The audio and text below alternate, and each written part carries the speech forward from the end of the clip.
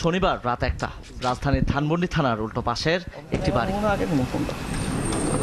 দূর থেকে কয়েকজন মানুষকে দেখা যায় এক ব্যক্তিকে জোর করে সাদা মাইক্রোবাসে উঠিয়ে নিতে।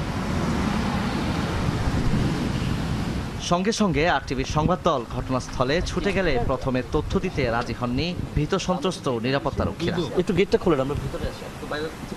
পরে জানান হুট করেই ১০-১২ জনের একটি দল ঘিরে ফেলে বাড়িটিকে। অ্যাপার্টমেন্টের বিশেষ এক বাসিন্দার ব্যাপারে তথ্য নিয়েই দ্রুত তার ফ্ল্যাটের দিকে ছুটে যান কজন। মুহূর্তের মধ্যে ওই ব্যক্তিকে নিয়ে উধাও হয়ে যায় দলটি।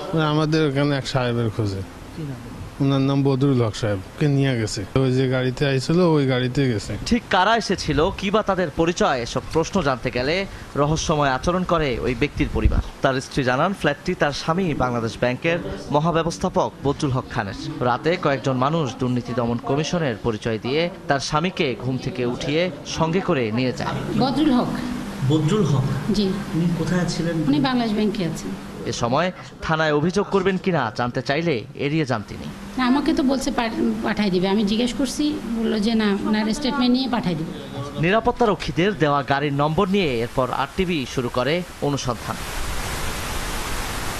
মধ্যরাতে ধানমন্ডি, কারওয়ান বাজার, হাতির ঝিল, গুলশান তন্ন তন্ন করে খুঁজে এক সময় মগবাজার এলাকায় সন্ধান পাওয়া যায় সেই গাড়িটি। কিছুক্ষণের মধ্যেই গাড়িটি রমনা থানায় ঢুকে পড়লে তার পেছন পেছন ঢুকে পড়ে সংবাদ দল। গভীর রাতে হঠাৎ থানায় একসঙ্গে দুটি গাড়ি প্রবেশ করলে কিছুটা অস্থির হয়ে ওঠে পরিবেশ।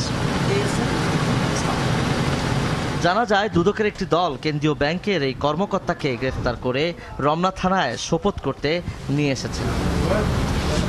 থানার কর্তব্যরত কর্মকর্তার কাছে জমা দেওয়া কাগজে দেখা যাচ্ছে চট্টগ্রামের ডবল মুনিং থানায় দুদকের দায়ের করা ১৩ নং মামলার আসামি বাংলাদেশ ব্যাংকের মহাব্যবস্থাপক বদরুল হক।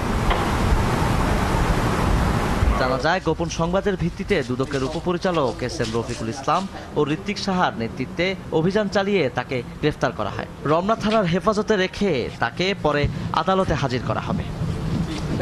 বদরুল হক খান এবি ব্যাংকের সাবেক উপব্যবস্থাপনা পরিচালক ছিলেন।